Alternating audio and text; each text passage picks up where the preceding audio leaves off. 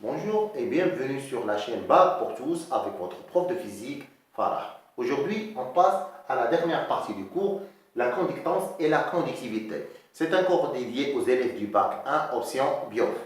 Nous avons vu la dernière séance que G égale à sigma fois S sur L. G, c'est la conductance, sigma, la conductivité, et S, c'est la surface des électrodes émergées dans la solution, et L, c'est la distance qui sépare ces électrodes. Il est clair que G et S sur L sont proportionnels. Le rapport de proportionnalité, c'est sigma. Sigma ne dépend pas des caractéristiques de la cellule. Donc, il ne dépend pas de la surface et la longueur, la distance qui sépare ces électrodes. Sigma dépend de la nature de la solution. Il dépend aussi de la concentration des ions présents ici. Donc, je vous présente une nouvelle formule. C'est lambda I fois xi. Avec xi, c'est la concentration des ions présents dans la solution. Et lambda, c'est la conductivité molaire ionique. C'est bon? Exemple, le cas de Na plus Cl-. Donc, on doit chercher la conductivité de la solution Na plus Cl-. Donc, on doit tout d'abord calculer la concentration de Na+. On doit calculer la concentration de Cl-. Je peux effacer ça? C'est bon? On passe. Donc, on doit calculer lambda de Na+, et lambda de Cl-. Donc, la formule, c'est sigma égale à lambda Na+, fois concentration de Na+, plus lambda Cl-, fois concentration du Cl-. Donc, si je connais par exemple G, la conductance, et je connais S sur L, je peux déterminer sigma à partir de cette formule-là. Si je connais par exemple sigma, et je vous demande par exemple le calcul de la concentration des ions présents dans la solution, on peut utiliser cette formule-là. C'est-à-dire, à partir de la conductance, ici, on peut déterminer la concentration des ions ici. Je vous donne un exemple. Par exemple, en cas de NaCl, par exemple, on a le NaCl, on dissout une quantité de 5 g de NaCl, par exemple NaCl,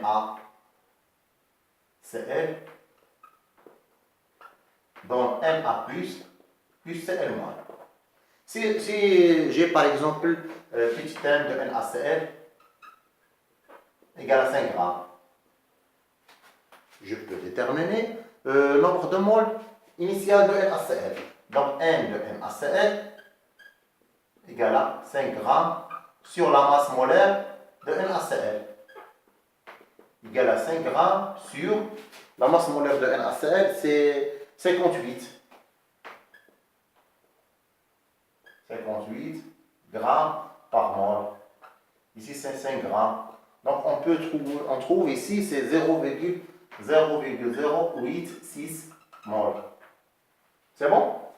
Donc, je peux calculer la concentration. Ça, c'est très important. Des ions Na+, et Cl-. À T égale à 0, j'ai 0,086 mol. Donc, à T final, par exemple, j'aurai NaCl, j'aurai 0 ici.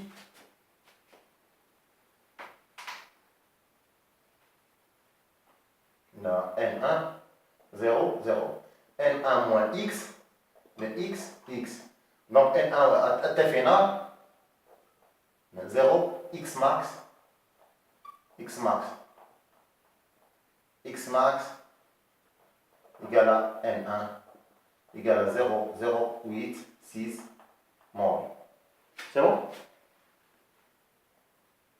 Si je vous donne par exemple le volume de l'eau, c'est 1 litre, donc je peux déterminer la concentration de Na+.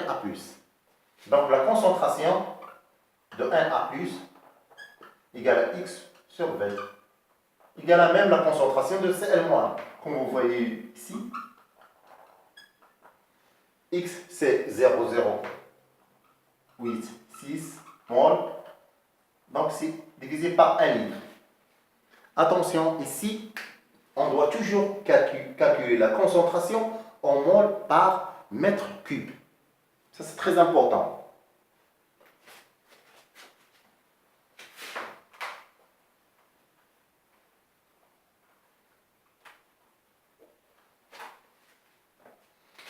Donc, la concentration de Na+ égale à la concentration de Cl- égale à 0,086 mol par litre. Donc, je dois calculer la concentration en mol par mètre cube. Donc, Na+,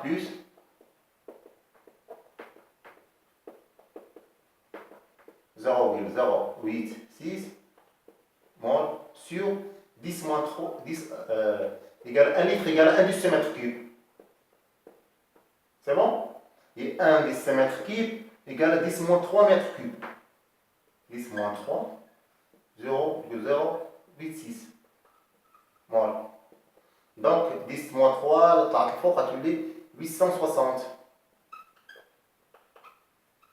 mol fois mètre moins 3. C'est bon? Égal à la concentration. Donc sigma, à quoi est égal, à votre avis?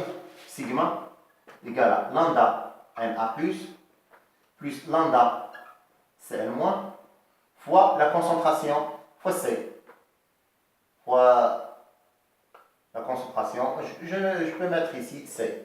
C'est la concentration de Na+, qui est la concentration de Cl-.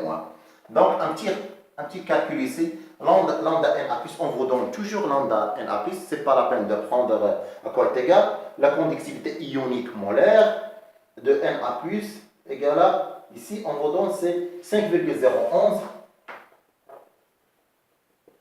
Lambda N- à quoi est égal 7,63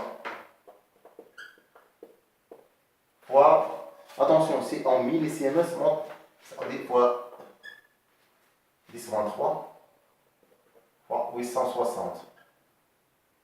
C'est bon? Vous pouvez faire ce calcul-là. C'est bon? Attention, lambda ici, c'est le en Siemens, mètre carré, mol moins 1. Et S, c'est en mol, mètre moins 3. C'est bon? Mol, mol, maintenant, sigma, c'est déjà S fois mètre moins 1. C'est l'unité de sigma. C'est S mètre moins 1. C'est bon?